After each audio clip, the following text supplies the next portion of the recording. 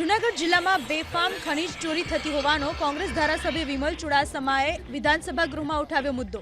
માળિયાહાટીના ચોરવાડમાં ગેરકાયદે building limestone ખનીજનું બેરોકટોક થતું ખોદકામ અટકાવવાની વિમલ ચુડાસમાએ રજૂઆત કરી। એટલું જ નહીં, પ્રવીણ રાઠોડ અને લલિત રાઠોડ નામના ખનીજ માફિયા વિરુદ્ધ કડક કાર્યવાહી કરવાની મુખ્યમંત્રીને રજૂઆત પણ કરી। વિમલ ચુડાસમાએ લાખો ટન જેટલું બિલ્ડિંગ લાઇમસ્ટોન ખનીજનું ગેરકાયદે ખોદકામ થતું હોવાનો દાવો કર્યો।